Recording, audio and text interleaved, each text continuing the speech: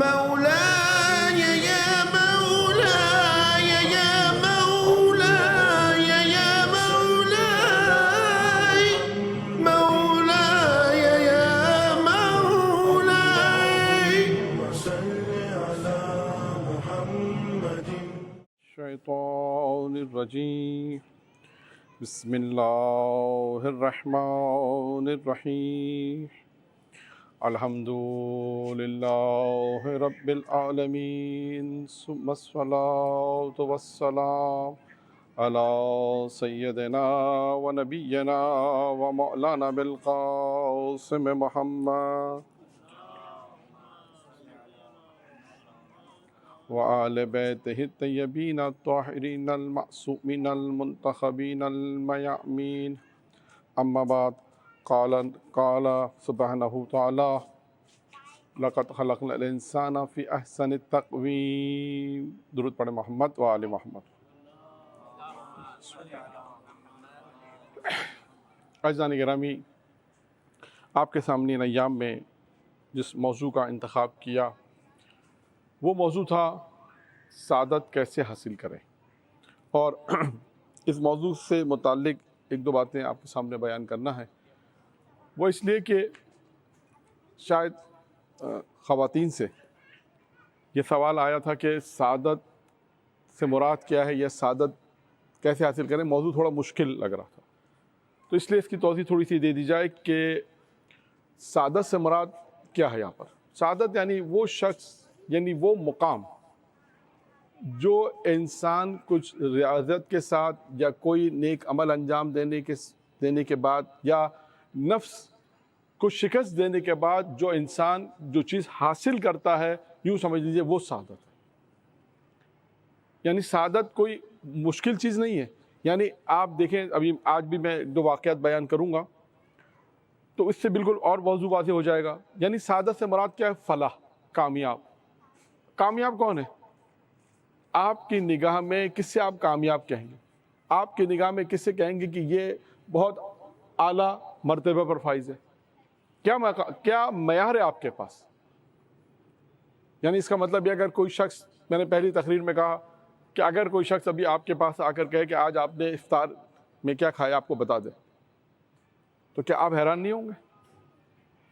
آپ کے ماضی کے متعلق اگر وہ بتا دے کہ آپ کا ماضی کیسا تھا، آپ کے خاندان کے متعلق بتا دے، تو کیا آپ حیران نہیں ہوں گے؟ آپ بالکل حیران ہوں گے، اس لیے کہ آج تک کسی نے آپ کی بات نہیں بتائی. تو آپ کیا کہیں گے کہ ہاں یہ شخص کوئی عارف ہے، اس نے کوئی ایسا عمل انجام دیا ہے، کچھ ریاضت کی جس وجہ سے یہ اس مقام پر پہنچا. جس مقام پر وہ پہنچا اسے کہتے ہیں سعادت.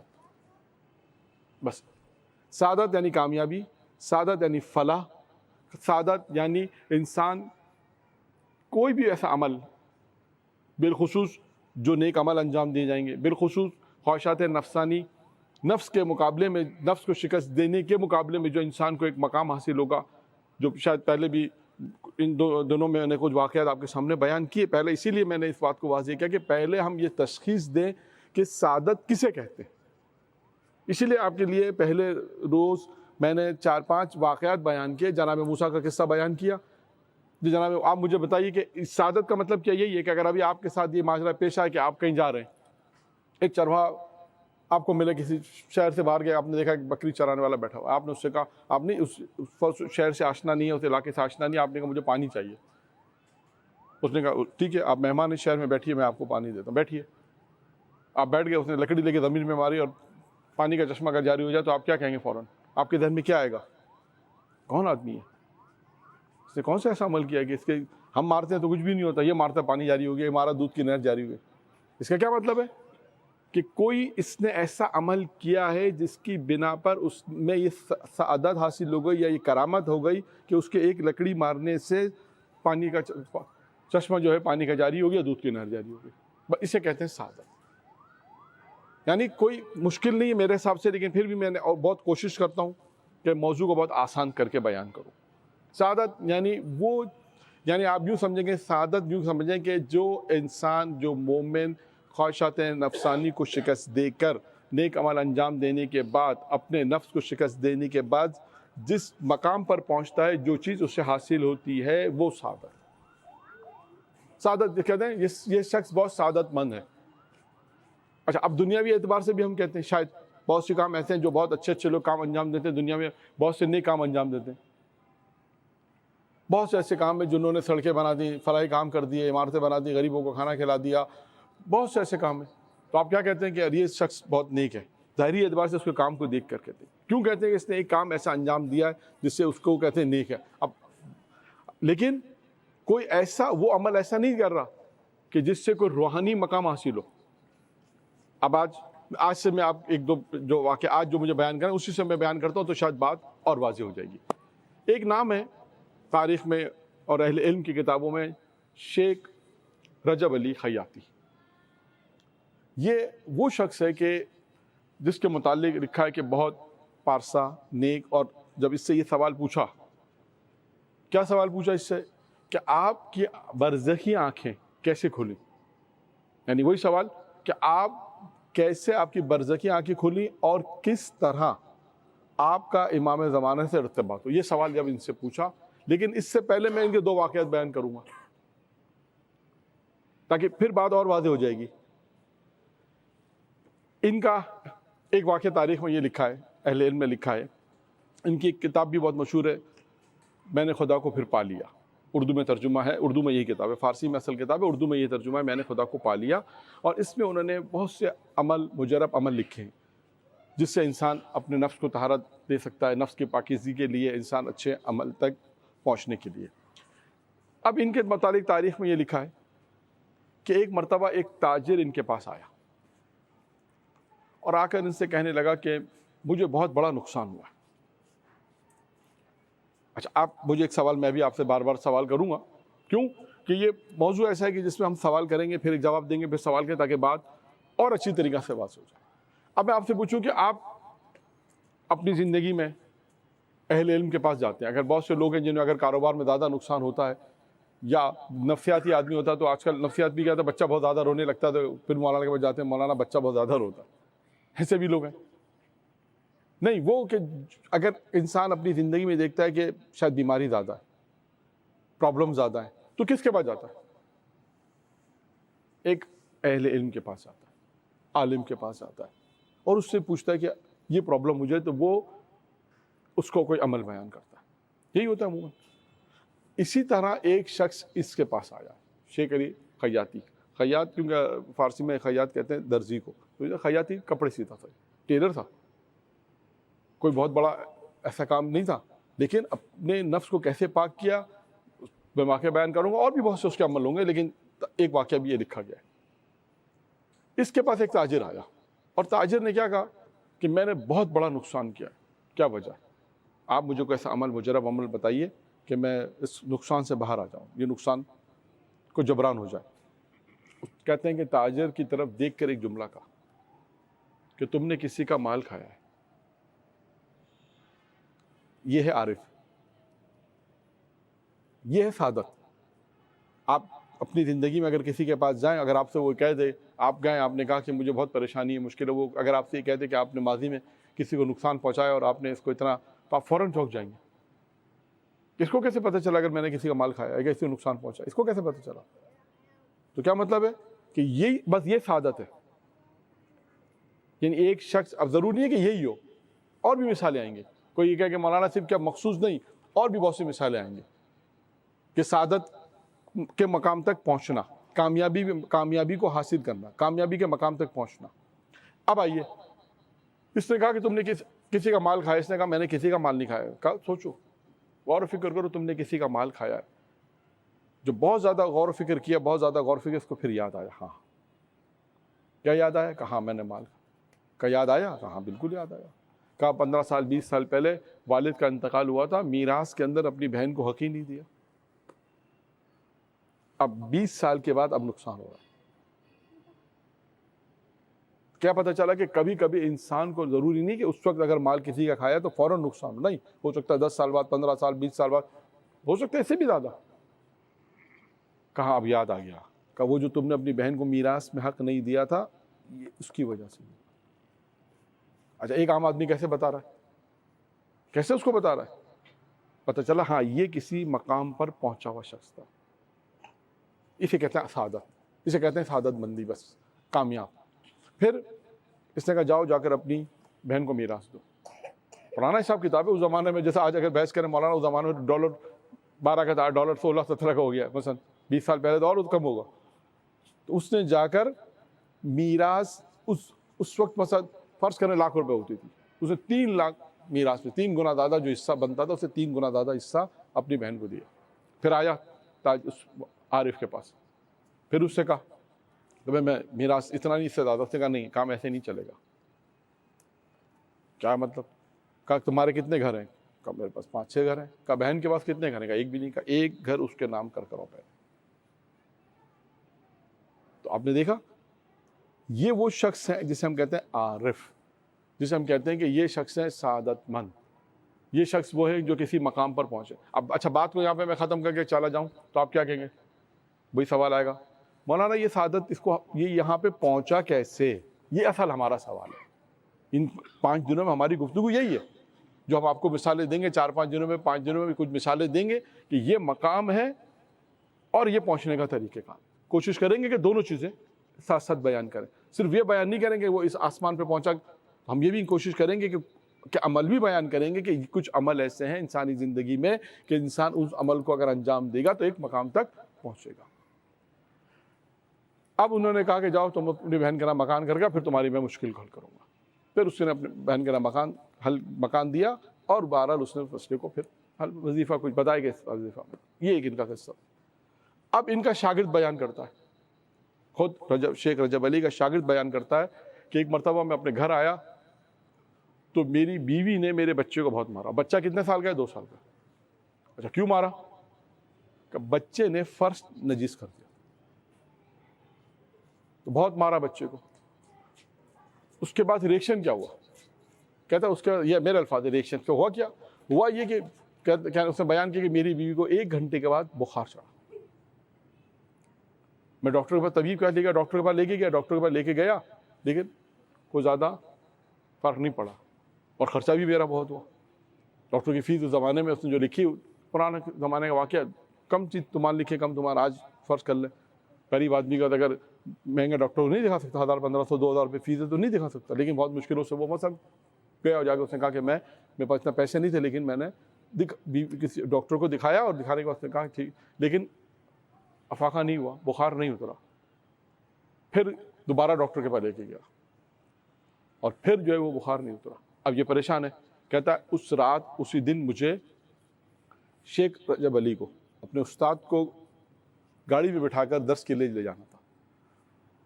کب میں نے مولانا صاحب کو بٹھایا, شیخ رجب علی مولانا تو نہیں سر, شیخ رجب علی صاحب کو بٹھایا, اور درس کے لیے جب میں لے کے گیا رہا تھا تو میں نے ان سے کہا کہ یہ میری بیوی ہے.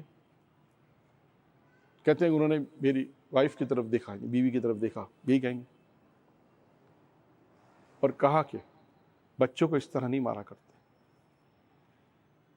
پھر اس کے بعد 3 عمل ان کو کہا استغفار کرو, زیادہ استغفار کرو, بچے کو پیار کرو, اور بچے کی دل جوئی کے لیے کوئی چیز خرید کر اس کو دو,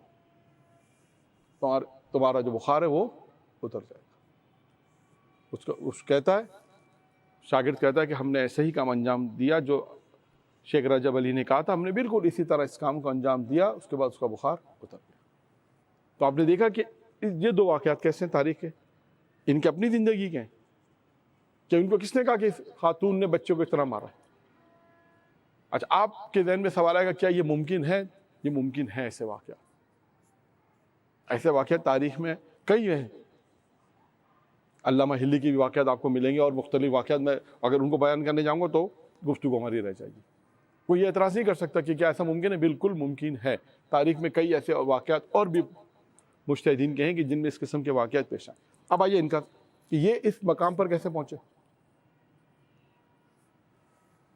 ان سے اب کسی نے پوچھا کہ آپ کی برزخی آنکھیں, یعنی آپ کیسے دیکھ سکتے ہیں, اور آپ کا امام زمانہ سے رابطہ کیسے ہوا. یہ سوال جب ان سے پوچھا, اب انہوں نے جواب کیا دیا.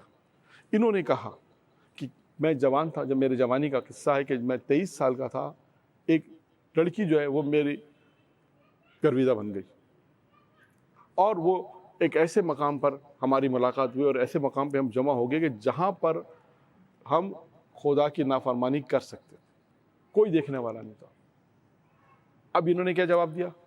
انہوں نے کہا کہ میں نے آسمان کی طرف دیکھا، پروردگارا خدا بندہ میں اس گناہ کو انجام نہیں دینا چاہتا، اس لیے نہیں کہ جنت کے شوق میں، اس لیے بھی نہیں کہ جہنم کے خوف میں، جنت کے شوق میں، امید میں نہیں، اور نہ جہنم کے خوف میں، بلکہ میں تیری محبت میں اس کام کو انجام نہیں دینا چاہتا۔ لیکن یہ عشق پروردگار ہے، یہ ہے محبت خدا، کہ انسان گناہ پر قدرت رکھتا ہو پھر بھی گناہ نہ کرے تو انسان اس مقام تک پہنچتا ہے۔ آپ کے سامنے جناب یوسف کا واقعہ بھی قرآن میں بھی موجود ہے، آپ کے سامنے ابن سینا کا واقعہ بھی موجود ہے، اس کو بھی اسی طرح گناہ کا امکان موجود تھے، گناہ کی قدرت سب کچھ تھا، لیکن گناہ نہیں کیا خدا کے خاطر۔ تو خداوند عالم نے ابن سینا کو کیا دیا؟ ابن سیرین غالب بنا، ابن سینا نہیں، ابن سیرین، جو خواب کی تعبیر بتاتا تھا۔ جب لوگ اس کے پاس جاتے تھے تو خواب کہتا میں نے خواب دیکھا ہے، وہ تعبیر بتا دیتا تھا۔ یہ آئی کہاں سے یہ قوت؟ کہتے ہیں گناہ سے اپنے آپ کو بچانے سے۔ تو یہاں تک ہم نے اپنی گفتگو کو آج پہنچایا، اور کہ انسان اپنے آپ کو گناہوں سے بچائے۔ یہ پھر یہ شخص کہتا ہے، شیخ رجب علی یہ کہتا ہے کہ میں جب اس کمرے سے نکلا تو اپنے آپ کو میں نے اس گناہ سے پاک رکھا تو میری آنکھوں سے وہ حجاب ہٹ گئے۔ تو ہم نے پہلے دن واقعات بیان کیا، اور کل آپ کے سامنے بیان کیا کہ خواہشات نفسانی یہ وہ چیز ہے کہ جس سے انسان اگر اس دنیا میں اپنے آپ کو بچا لے تو پروردگار عالم اس دنیا میں اس کو اجر و ثواب بھی دیتا ہے، اس دنیا میں اس صاحب کرامت بھی یا صاحب کریم بھی بن جاتا ہے۔ وہ کریم کی صفت اس کے اندر آتی ہے، کرامت کی صفت اس کے اندر آ جاتی ہے، اور بہت سی اور صفت یعنی سعادت اور سعید کی منزل تک وہ پہنچ جاتا ہے۔ یہاں پہ امیر المومنین علی بن ابی طالب علیہ الصلوۃ والسلام کی ایک روایت کہ جس میں امیر المومنین ارشاد فرماتے ہیں کہ جو شخص مقدور قدرت رکھتا ہے، اپنے نفس کے اصلاح میں قدرت رکھتا ہے، قدرت یعنی اپنے نفس کی اصلاح میں بھرپور کوشش کرتا ہے، وہی سعید ہوتا ہے۔ اپنے نفس کے اصلاح میں جو بھرپور کوشش کرتا ہے وہی سعید مند ہوتا ہے، اور جو شخص اپنے نفس کی اصلاح نہیں کرتا پھر وہ سعادت سے دور ہو جاتا ہے، وہ بختور بن جاتا ہے، وہ سعادت سے دور ہو جاتا ہے۔ تو اب تک ہم نے جو آپ کے سامنے گفتگو کو بیان کیا، اس میں ایک چیز جو بیان کی، سعادت یعنی فلاح، کامیابی، انسان اس مقام تک پہنچتا ہے، کیسے پہنچتا ہے؟ کچھ چند مقامات میں نے آپ کے سامنے بیان کیے، اور اس کا حل کیا ہے کہ انسان اپنے نفس کی اصلاح کرے، اپنے آپ کو گناہوں سے روکے، اپنے نفس کا مقابلہ کرے، تقابل کرے، اپنے نفس کا مقابلہ کرے، مقاومت کرے، تب انسان اس مقام تک پہنچتا ہے۔ اور دوسری کیا چیز ہے؟ کئی چیزیں میں نے کہا کہ سعادت کے حاصل کرنے میں کئی چیزیں آپ کے ساتھ شامل حل ہوں گی۔ آج ایک اور چیز میں بیان کرتا ہوں، اس کا نام ہے ایمان۔ معصوم فرماتے ہیں کہ انسان کا ایمان جو اللہ اور رسول پر وہ ایمان لے کر آتا ہے، یہ ایمان جو لے کر آتا ہے، یہ ایمان بھی انسان کو جمال اور کمال تک پہنچاتا ہے۔ یہ انسان کو جو ایمان ہے یہ سے کمال تک پہنچاتا ہے۔ میں نے عرض کیا تھا پہلے دن کہ امیر المومنین کی بھی روایت ہے کہ 6 چیزیں امیر المومنین نے فرمایا کہ 6 چیزیں انسان کو کمال تک پہنچاتی، اس میں ایک ایمان بھی ہے۔ اچھا، اب ایمان ایک ایسا لفظ ہے کہ اگر آپ اس کو جا کے دیکھیں کتابوں میں تو اس لفظ ایمان سے اگر ہم ایسے گزر جائیں، گزر سکتے ہیں، لیکن نہیں، اب پھر اس میں سوال آئے گا کہ مولانا ایمان سے کیا مراد ہے؟ اللہ رسول پہ انسان ایمان تو لے آیا، علی کی محبت پہ ایمان لایا، علی کی ولایت پہ ایمان لے کر آیا تو مومن کہلایا، اللہ کی تمام کتابوں پہ ایمان لایا، اللہ کے تمام ان فرشتوں پر، تمام کتابوں پر جو چیزیں رسول پر نازل ہوئی ہیں اس پر ایمان لے کر آیا۔ اب سوال یہ پیدا ہوتا ہے کہ ایمان جب لے آیا تو اب کیا یہ صرف کافی؟ ایمان لیا یہی کافی نہیں، یا اس کے بعد بھی کچھ کام ایسے انجام دینے ہیں؟ اب آپ کتاب میزان الحکمہ میں دیکھیں، ایمان کے چیپٹر میں جائیں، وہاں پر بہت ساری چیزیں آپ کو ملیں گی۔ اس میں ایک روایت یہ بھی ہے، جب اللہ کے رسول سفر پہ جا رہے تھے، کچھ لوگوں سے ملاقات ہوئی۔ میں ضمنی طور پہ کچھ چیزیں بیان کرتا ہوں۔ جب اللہ کے رسول سے ملاقات ہوئی، اللہ کے رسول نے ان سے پوچھا، یہ بتاؤ تم لوگ کون ہو؟ نے کہا مومن ہے۔ کہا اچھا مومن ہے تو پھر تمہاری مومن ہونے کی علامت کیا ہے؟ تمہاری علامت کیا کہ تم مومن ہو؟ وہ کہتے ہیں کہ ہماری پہلی علامت یہ، اب انہوں نے اپنی مومن ہونے کی علامت بیان کی، اس میں کہا ہماری پہلی علامت یہ ہے کہ ہم اللہ کی رضا پہ راضی رہتے ہیں، اللہ کی قضا پہ راضی رہتے ہیں، جیسا اللہ چاہتا ہے ایسا ہم کرتے ہیں۔ ہم اللہ کی رضا پر ہم راضی ہیں، جو اللہ کی قضا ہے ہمارے لیے، ہم اللہ کی رضا پر راضی، جیسا اللہ چاہتا ہے ہم چو چرا نہیں کرتے۔ اب خود یہ بھی ایک موضوع ہے، اللہ کی رضا پہ راضی رہنے کے فوائد کیا، اللہ کی رضا پہ انسان راضی رہے تو اسے کیا ملے گا۔ جناب داؤد کا قصہ، جناب داؤد نے پروردگار سے سوال پوچھا، خداوندہ جنت میں میرا پڑوسی کون ہوگا؟ جناب داؤد کو خدا نے جواب دیا کہ فلاں شہر میں جاؤ، فلاں خاتون ہے جو جنت میں تمہاری پڑوسی۔ جناب داؤد گئے اور اس کو اطلاع دی، خوشخبری دی کہ تم جنت میں میری پڑوسی ہو، اور اس کے بعد کہا کہ تمہارا کون سا ایسا عمل ہے کہ جس نے جنت میں تم کو میرا پڑوسی بنا دیا؟ کہا نہیں، کوئی عمل نہیں ہوگا۔ جب بہت زیادہ اصرار کیا تو اس نے کہا مجھے نہیں معلوم اللہ کو میرا کون سا پسند ہے، لیکن اللہ کی طرف سے جو مصیبتیں آتی ہیں میں اس پہ راضی رہتی ہوں، جو پریشانی اللہ کی طرف سے آتی ہے میں اس پہ راضی رہتی ہوں، اور یہ دعا بھی نہیں کرتی خدا سے خدا تو اس کو ہٹا دے، کہ تو خدا جب تیرا دل چاہے جب تو اس کو ہٹا دے۔ اب آپ کہیں گے خدا کا دل سے مراد جب خدا تو چاہے جب تو ہٹا دے۔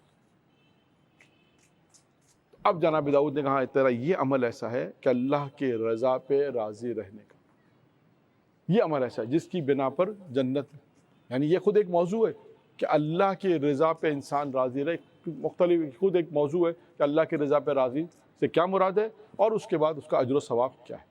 تو پہلی چیز کیا بیان کی انہوں نے؟ اللہ کے رسول سے کہا کہ پہلی چیز ہماری ایمان کی علامت یہ کہ ہم اللہ کی رضا پہ راضی رہتے ہیں، نمبر 1۔ پھر کہا دوسری چیز یہ کہ اللہ کے حکم کے سامنے ہم سر تسلیم خم ہو جاتے ہیں، جو حکم اللہ دیتا ہے ہم اس کو مان لیتے ہیں، جو حکم بھی اللہ کا ہمارے پاس آتا ہے ہم یہ چو چرا نہیں کرتے، یہ کام کیوں کریں، کام کس لیے کریں، یہ ہم نہیں کرتے، چو چرا نہیں کرتے، جو حکم خدا کا آتا ہے ہم اسے تسلیم کر لیتے ہیں۔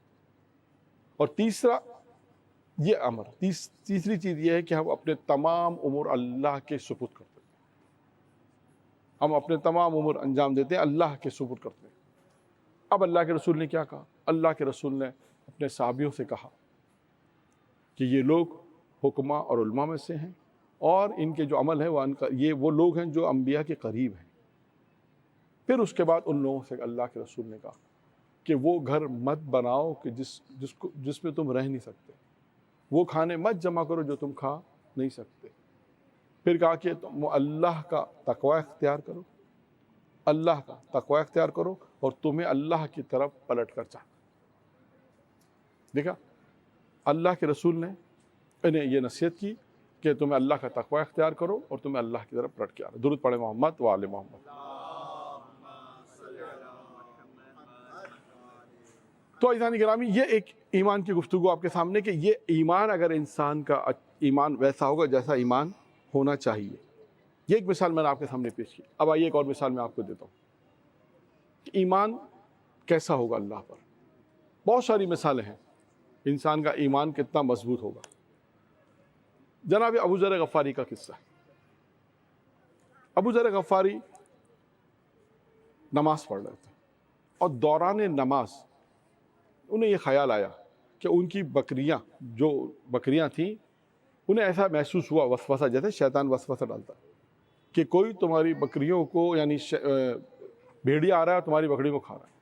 وہ کہتے ہیں کہ میں نے اس شیطانی وسوسے کا خیال نہیں کیا اور نماز جاری رکھی۔ پھر کیا دیکھا؟ نماز کے بعد تمام بکریاں ان کی محفوظ ہیں۔ ایک شیر آیا، آنے کے بعد اس نے بھیڑیوں کو بھگایا اور اس کے بعد ان کی بکریوں کی حفاظت کی۔ اور شیر نے کیا کہا؟ جناب ابو ذر سے کہا جاؤ جا کر پیغمبر کو میرا سلام دے۔ ابو ذر آتے ہیں، آنے کا سارا قصہ پیغمبر سے بیان کرتے ہیں۔ تو پیغمبر کیا کہتے ہیں؟ پورا قصہ بیان کرتا ہے کہ میں اس طرح نماز پڑھا تھا، یہ سارا ماجرا اس طرح پیش آیا۔ میں بہت مختصر بیان کر رہا ہوں۔ پیغمبر نے ایک جملہ کہا، پیغمبر نے کہا ابو ذر جانتے ہو جو کچھ ہوا کس وجہ سے ہوا؟ کہا اس لیے کہ تمہارا ایمان اللہ پر سچا ایمان تھا۔ یعنی یہ ایمان کی دلیل ہے کہ انسان اس طریقے سے نماز ادا کرے، اس طریقے سے اللہ پر اس کا ایمان ہو، تو اس کا نتیجہ پھر نکلتا ہے۔ کل انشاءاللہ خاتون کے حوالے سے بالکل اسی طرح کا ایک واقعہ ہے۔ کہ ایک خاتون اس طرح نماز پڑھ رہی تھی، کس طرح اس کا بچہ بچا، اور پھر جناب عیسیٰ نے اس خاتون سے پوچھا تو اس نے کیا جوابات دیے. یعنی دیکھیے کس مقام پر وہ خاتون تھی. اور تاریخ میں ایک نہیں کئی ایسی خواتین گزری ہیں کہ جن کی مثالیں دی گئی ہیں کہ انہوں نے یہ اس سعادت کی اس منزل پر ہے، سعادت کے اس مقام پر ہے، فلاح کے اس مقام پر ہے، زندگی کی کامیابی کے اس مقام پر ہے. یوں سمجھ لیجیے کہ وہ عمل انجام دیے کہ نبی نے کیا ان کے متعلق کہا اور اس کے بعد کیا جناب عیسیٰ نے کہا، وہ انشاءاللہ پھر میں کل بیان کروں گا. تو ایمان کے متعلق صرف میں نے بہت مختصر کہ ایمان بھی ان چیزوں میں سے ہے، اگر انسان ایمان اس طرح رکھے اللہ پر، اس کے رسول پر، کہ جس طرح رکھنے کا حق ہے، تو یہ ایمان انسان کو اس مقام تک پہنچا دے گا کہ جہاں پر اصل کامیابی ہے. دیکھیں دنیا میں بہت سے لوگ ہیں ایمان لائے اللہ سے، گناہ بھی کرتے ہیں، تو کیا وہ کامیاب ہے؟ کہیں گے کامیاب نہیں ہے، اس لیے کہ وہ اللہ پر ایمان تو لائیں، رسول پہ ایمان بھی لائیں، مانتے ہیں کہ پروردگار ہے، مانتے ہیں کہ اس کا رسول ہے، مانتے ہیں کہ علی کے ولایت کا اقرار کرتے ہیں کہ رسول آخری رسول ہے، اس کا جانشین امیر المومنین ہے، نماز بھی پڑھتے ہیں، روزہ بھی رکھتے ہیں، لیکن پھر بھی آپ دیکھیں کامیابی کے اس مقام پر نہیں ہے. کامیابی کے اس مقام کیوں؟ اس لیے کہ وہ نافرمانی پروردگار بھی کرتے ہیں، اس لیے کہ وہ خدا کے ان حکم کا بھی، ان چیزوں کو بھی، ان چیزوں سے نہیں روکتے جس سے روکنا چاہیے، اس لیے کامیابی کے اس مقام پر نہیں ہے. ہم نہیں کہہ سکتے یہ شخص کامیاب ہے، کبھی کوئی ان کے پاس جا کے وظیفہ نہیں پوچھتا، لیکن یہ شیخ رجب علی خیاطی عام آدمی تھا، لیکن کیوں اس کے بعد جا کے لوگ پوچھتے تھے؟ اس لیے کہ عارف تھا، اس لیے کہ اس نے اپنے نفس کو پاک کیا تھا، اس لیے کہ یہ اس سعادت کی منزل پر تھا، اس لیے کہ یہ کامیابی کی اس منزلوں پر تھا کہ جہاں پر یہ لوگوں کو یہ وظیفے بیان کرتا تھا کہ یہ عمل انجام دو تو تمہاری ملاقات امام سے ہوگی، یا تمہاری جو مشکل پیش ہے یہ عمل انجام دو تمہاری مشکل حل ہو جائے گی. تو ہمارا جو درس اور جو سلسلہ ہے اس موضوع کا وہ یہی ہے کہ کامیابی سے، سعادت سے مراد کامیابی ہے، یعنی ایک اچھی زندگی گزارے. اس اچھی زندگی میں انسان جب گزارے ان واجبات، جیسے آپ کو ایک اور میں مثال دے دوں، چلیں بہت سمجھانے کے لیے، کہ وضو کے بعد آپ وضو کرتے ہیں، سب کرتے ہیں وضو، وضو کے بعد آپ کو کیا چیز حاصل ہوتی ہے؟ اس کا کیا نام ہے؟ اس کو کہتے ہیں طہارت. یعنی وضو سے پہلے آپ قرآن کے حروف کا ہاتھ نہیں لگا سکتے، لیکن وضو کرنے کے بعد آپ قرآن کے حروف کا ہاتھ لگا سکتے ہیں. کیوں؟ کہ وضو کے بعد آپ کو جو چیز حاصل، اس کا کیا نام ہے؟ طہارت. اب آپ اس وضو کے بعد قرآن کے حروف کا ہاتھ لگا سکتے ہیں، تو وضو سے پہلے نہیں لگا سکتے تھے، وضو کے بعد لگا سکتے ہیں. تو وضو کے بعد جو چیز حاصل، اس کا نام طہارت ہے. بالکل اس کو اسی طرح سمجھیں کہ گناہ سے پہلے اور گناہ کے بعد. یوں سمجھ لیجیے گناہ سے پہلے ہم صحیح نہیں تھے، خوش بخت نہیں تھے، اس مقام پر نہیں پہنچے تھے جو اللہ چاہتا ہے. گناہوں سے اپنے آپ کو بچایا، تمام واجبات کی ادائیگی کی، تمام نیک کام بھی انجام دیے، اور وہ کام جو اللہ نے کہتے خواہشات نفسانی کی مخالفت کی، اس مخالفت کے عوض میں جو چیز ہم کو ملے گی اس کا نام صحیح ہے، خوش بختی ہے، کامیابی ہے، فلاح ہے، یہ چیز ہمیں مل جائے. تو اب میرا خیال ہے اس موضوع کو، یعنی اس موضوع سے مراد یہ ہے کہ یہ موضوع بہت واضح کر دیا سمجھانے کے لیے کہ مشکل موضوع نہیں ہے. سعادت سے مراد کامیابی، کہ انسان اس مقام کو کیسے حاصل کرے گا، نیکیوں کے ذریعے سے اللہ کے حکم کے مطابق زندگی کو عمل کرے گا، گناہوں سے اپنے آپ کو بچائے گا، شیطان کی اطاعت، شیطان کی پیروی نہیں کرے گا، جو حکم اللہ نے دیا اس کو انجام دے گا، خواہشات نفسانی کی مخالفت کرے گا، تو اس کے عوض میں جو چیز ملے گی اس کا نام کامیابی، اس کا نام سعید اسلام کہتے ہیں. بس اسی دعا کے ساتھ کہ پروردگار عالم سے دعا کرتے ہیں خداوند ہمارے اس قلیل عبادت کو قبول فرما. پروردگار تمام مومن و مومنات جو دنیا سے جا چکی مغفرت فرما. پروردگار جو مومن و بیمار شفاء کاملہ عطا فرما. تمام مقدس مقامات کا تحفظ عطا فرما. پروردگار تمام مقدس مقامات کا تحفظ عطا فرما، اور تمام مومن و مومنات جو حج و زیارت کی متمنی